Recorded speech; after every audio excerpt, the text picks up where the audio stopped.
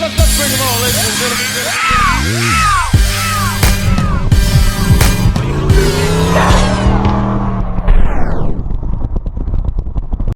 All right, what's up, my people, and welcome to the Sn95 Power Channel. We are continuing this on-3 Turbo Kit saga. I'm hoping very soon you won't hear me say anything about this Turbo Kit anymore. Let's recap. I cannot build any boosts with the Turbo Kit. It just was kind of binary. One day, I took the car out, it was making plenty of boost, it was feeling good. Brought it back home, tried to take the car out the next day, no boost. So I suspect that I have a boost leak. So I just went and just did an obvious check of all the couplers. I tested the blow-off valve, took apart the turbo, nothing obvious. I think it's the turbo. But big shout out to the channel sponsor, Gears Auto Works. I have another turbo en route. So that takes care of all the obvious stuff. So now let's dig a little bit deeper and try to test things a little bit more. Now in the last video that I posted about this Turbo Kit saga, I talked about leaks on the hot side as opposed to the cold side. Now, if you have a leak on the hot side, it's basically an exhaust leak. So that's pretty easy to diagnose. Only thing I do is just listen out for the exhaust leak. No big deal. Cold side, it's a little bit more tricky. Now, you're gonna have to look for a leak a number of different ways. So what I like to do is I just like to pressurize the system. So since I got the turbo off, it's fairly easy to pressurize the system.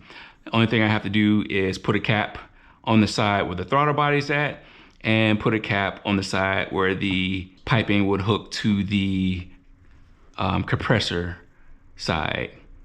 So this is my little makeshift setup that I'm going with. I really couldn't find the exact parts that I was looking for.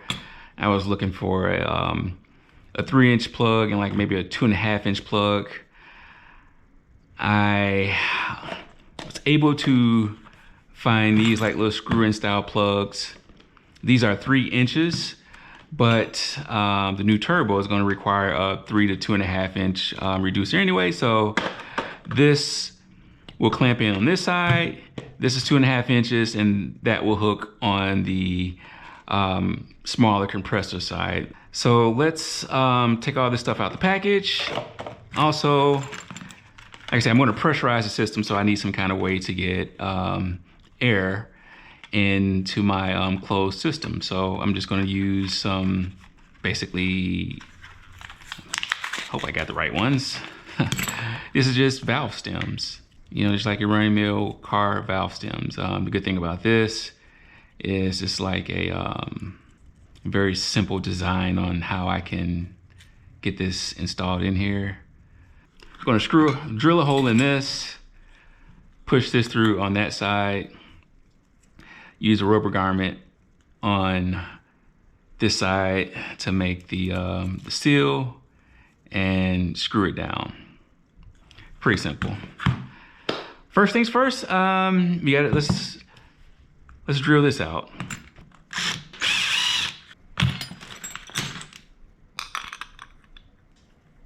Oh crap, I gotta put the blow-off valve back in.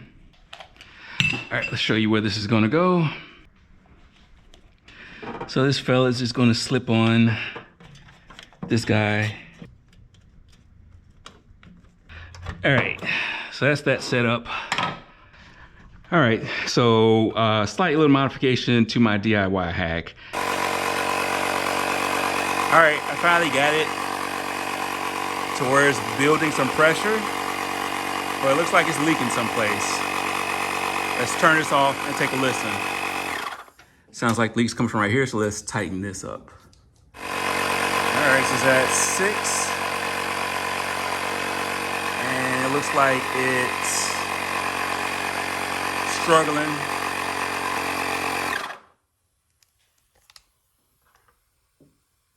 Now my leak is my test rig.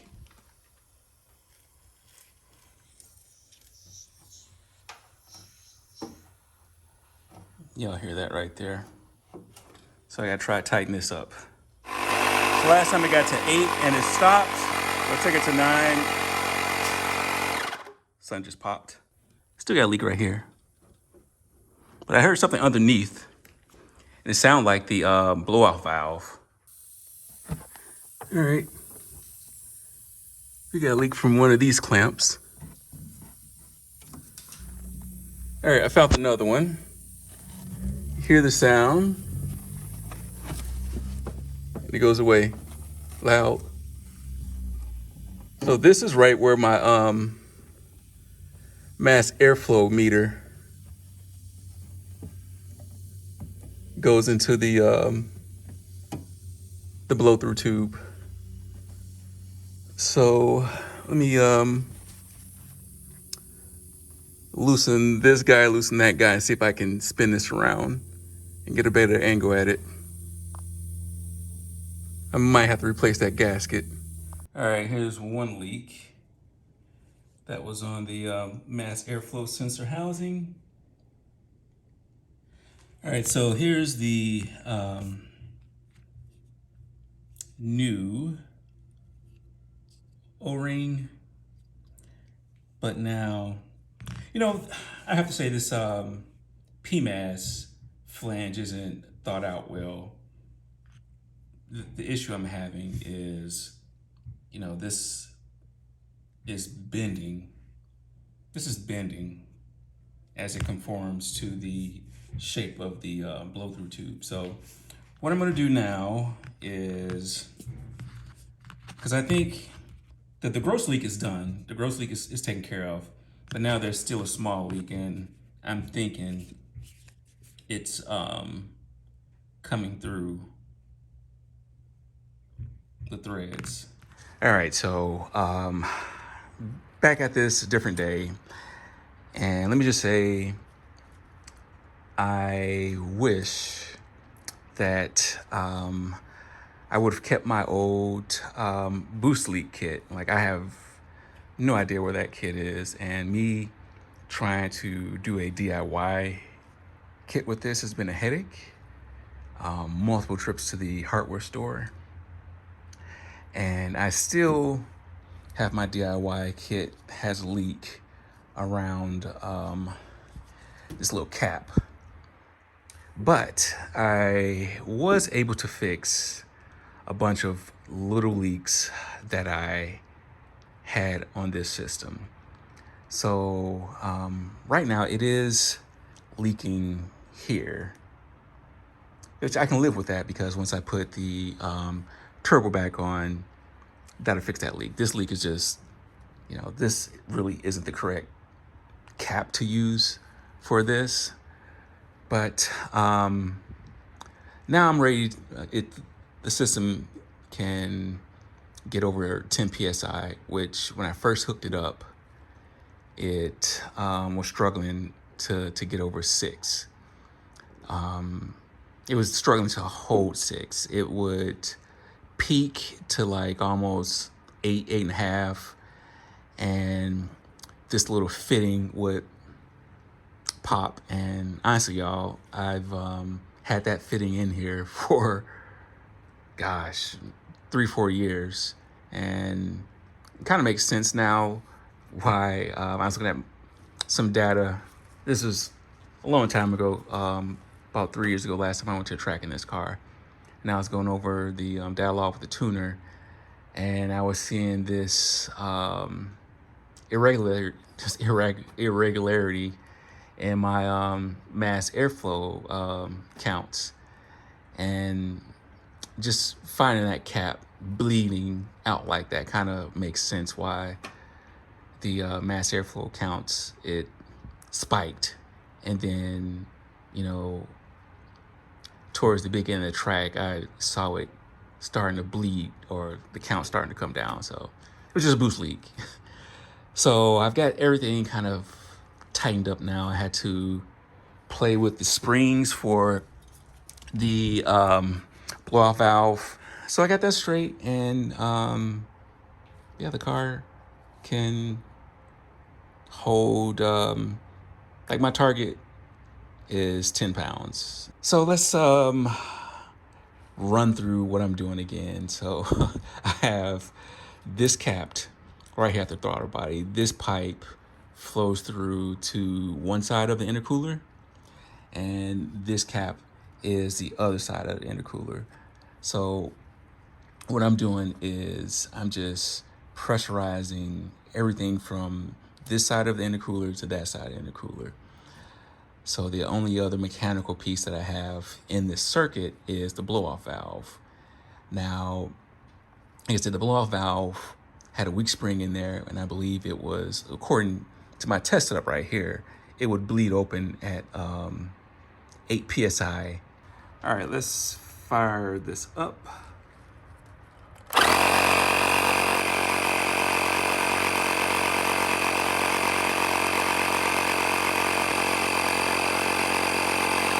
All right, I think I'm gonna just let this go until something fails, but ultimately I want 11 PSI.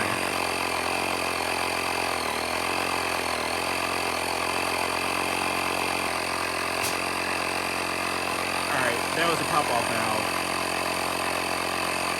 All right, so I guess the moral of this story is if you're boosted, check for boost leaks. Boost leaks is an automatic deduction of horsepower. So if you got your system set up to run 1 bar and your system is leaking so much that you're only pushing maybe 7 bar, you're basically almost losing half the horsepower potential of your car.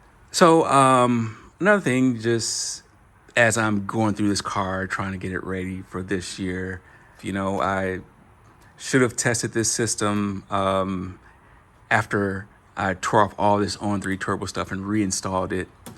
I didn't do it, bonehead move, but seems to be a common thing I'm saying a lot this season.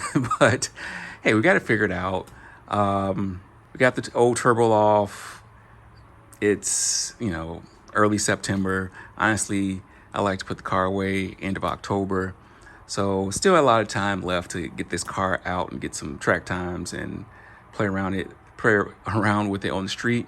It's becoming boost season, so that's even better. So I got my old friend right here sitting, waiting to get installed. I'm actually gonna start doing that now. So this next video after this is going to be me reinstalling the turbo. Actually, I really didn't want to go with such a big turbo, but huge shout out to the channel sponsor for Gears Auto Works hooking me up with this turbo. It's the 7675, and it's the 0.96 AR housing. Now, what I might do is I might order a 0.81 AR housing down the line, maybe next year, and kind of compare the two at the track.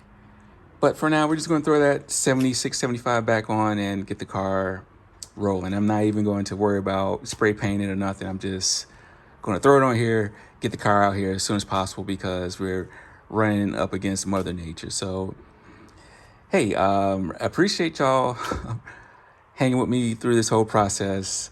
It's been frustrating, going from thinking you got the car sounding good with the new cam, you got the smaller turbo, spool time was great, and then just going from no boost at all and dealing with the heating issues. So I think once I get the new turbo installed, that will resolve a lot of the issues I was having. I really think the 72, 65, 68 turbo was just putting a lot of heat load on the car where it just wasn't able to keep up with it. So never had a problem with cooling on this car until this turbo came along, this new turbo, and I just think it was a defective turbo. So hey, tell a couple people about the channel. I appreciate y'all, and God bless.